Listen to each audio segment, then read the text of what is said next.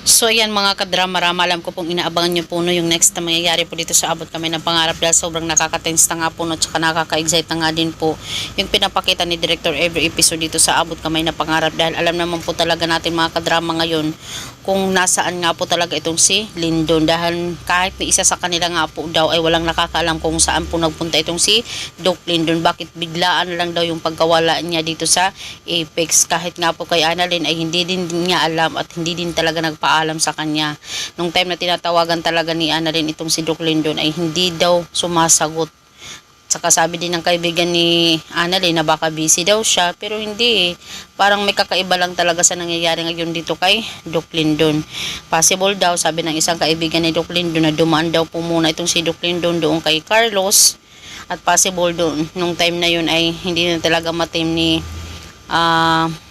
Doc Lindon yung mga ginagawa ni Zoe na kung saan itong si Zoe wala naman talagang karapatan dito sa Apex eh. Hanggang ngayon talagang bida-bida pa rin talaga siya, talagang palagi niyang dinadown itong si Annalyn na kung saan totoo namang tanyag at siya naman talaga yung totoong nagmamayari ng hospital.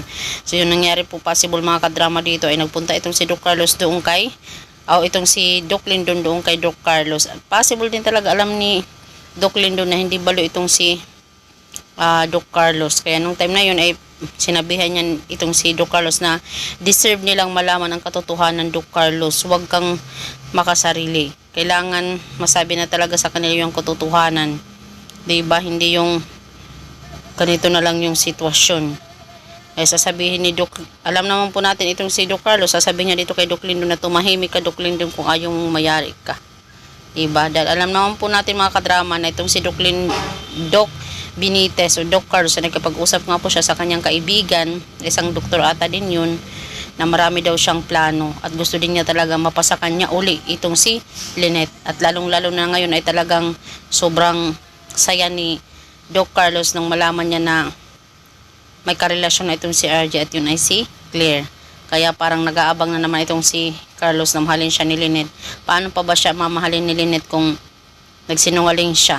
Diba nagpanggap siya na may problema yung mentality niya. Imbis wala naman talaga.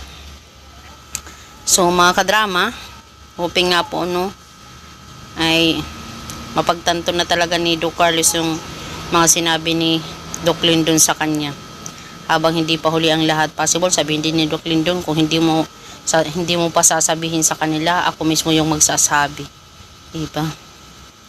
So possible manahimik na lang itong si Doc Lindon dahil sa takot din talaga ng mga pagbabanta ni Doc Carlos sa kanya.